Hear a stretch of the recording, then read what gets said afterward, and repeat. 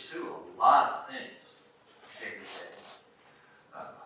We pursue more, we pursue better, we pursue faster, we pursue newer, of whatever you want to talk about. There's always something new, and if we can't think of it, the television is there to inform us of what it is that we really need to be happy. There's always a new idea every week, is there not? And then there's those neighbors, those infamous Joneses. They always put pressure on us, don't they? The Joneses have this or are doing that. And we seek it as if we are thirsting to death to have this next thing. It always seems to me like it will just make me happy if I can just have that. Are you familiar with that feeling? It's always something, but it's always passive. No sooner do I have it than I realize it's just more work or more expense or more difficulty. We're looking for a permanent solution to that hole, that hunger in our heart. The thirst for something that gives us satisfaction. Isn't it interesting how we talk about this man who's seeking God? My tears have been my food day and night. Your tears, your sorrows, your hurts will inform you about a lot. It'll inform you about what's important. What are you hoping for? What are you desiring to find? Is it stuff and more stuff? Is it excitement? It's an ironclad fact that no matter what we have or what we get, we're going to lose it. It will not last. And if it does, we won't. It will all pass away. C.S. Lewis, the great Christian writer, had this to say: we're going to lose it all. And if you don't want to be hurt and lose things, then don't have anything. Don't even own a dog and love it, because one of these days, you're going to lose that dog. You see, tears tell us about what's important to us, and what we've lost, and what will comfort us. And we have to ask ourselves, just like the people surrounding the psalmist, asking, where is your God? Where is this one you count on? Where is the one that makes it right with the world, makes it know it is good? If this is living, if what we have now, the way we're living, is all there is it really worth it? Because our problem in this life is it all ends badly. No matter what we accumulate, what we do, what we accomplish, it all passes. Even great businesses that appear to leave a person's mark on the world, they all pass away. And it's in somebody else's hands. So sorrow is our constant companion. The hurts and the fears of illnesses, and the fears of breakups in families, and parting of ways among loved ones. It's there. And it's that deep thing, that deep, right to the core of our heart, the thing that hits us in the pit of the stomach. The deep things that call us, that hurt us. It goes to our heart. See, our problem is the wages of sin is death. Not just things you do, but things you don't do. We bear the consequence of what we've done. The strong and the weak, the guilty and the innocent, the good and the bad, it all comes home to us in the end. The things we've done, the things we have said. We suffer loss. We're afraid to step out in this world and try it because of the loss that's there. And at the same time, the heart of God has suffered as well.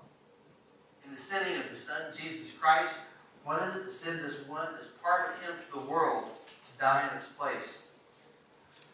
When Jesus said those words on the cross, "My God, why have you forsaken me?" Can you think of a deeper and more bitter thing to say? A bitter idea to swallow? That abandonment? That separation? You see, deep calls to deep, and the deep struggles we have in our heart, the sorrows that we face, are answered by the deep sorrows and hurts that God faced in reaching out to us. It's that story of the prodigal son all over again. This boy who took his father's inheritance, and not only he didn't manage it, he wasted it, threw it away, until he had run himself clearly out of any kind of ability to provide for himself. And that emptiness came to him, convicted him, that even his father's servants had it better than he did. trembling and fear, he went back to his father.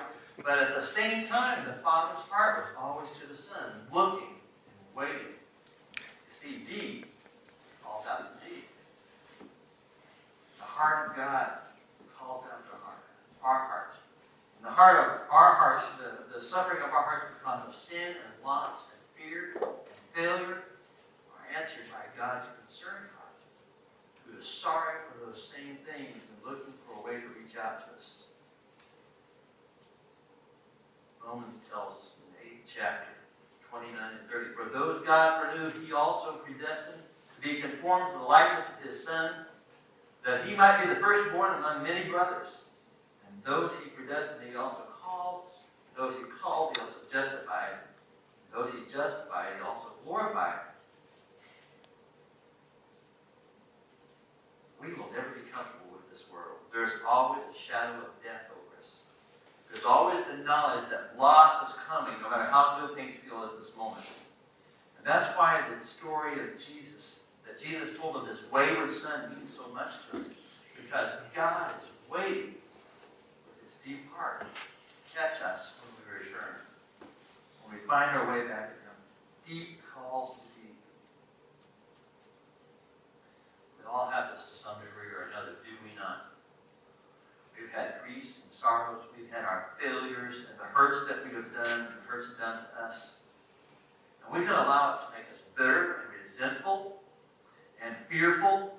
We can use it to say, I would never go back to God for letting these things happen. Or I will expose myself to him as he'll look down on me.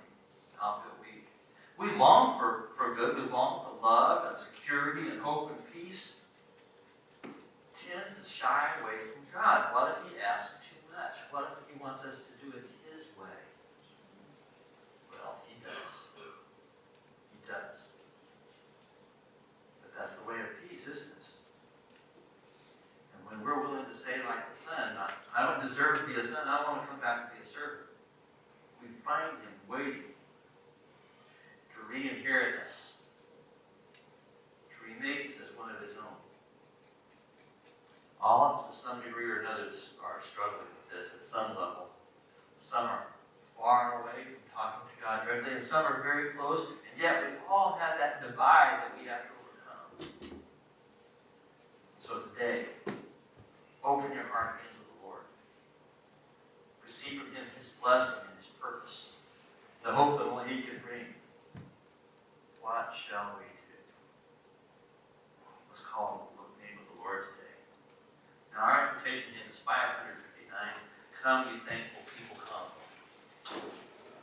Appropriate song. But it's more than just a Thanksgiving song. It's a people who've known God and known that he's made a way for them. It's us who know that we have a lack and a fear in our lives that only he can overcome. If you hear the word calling, answer him. Answer him today. Let's stand as we sing. The church is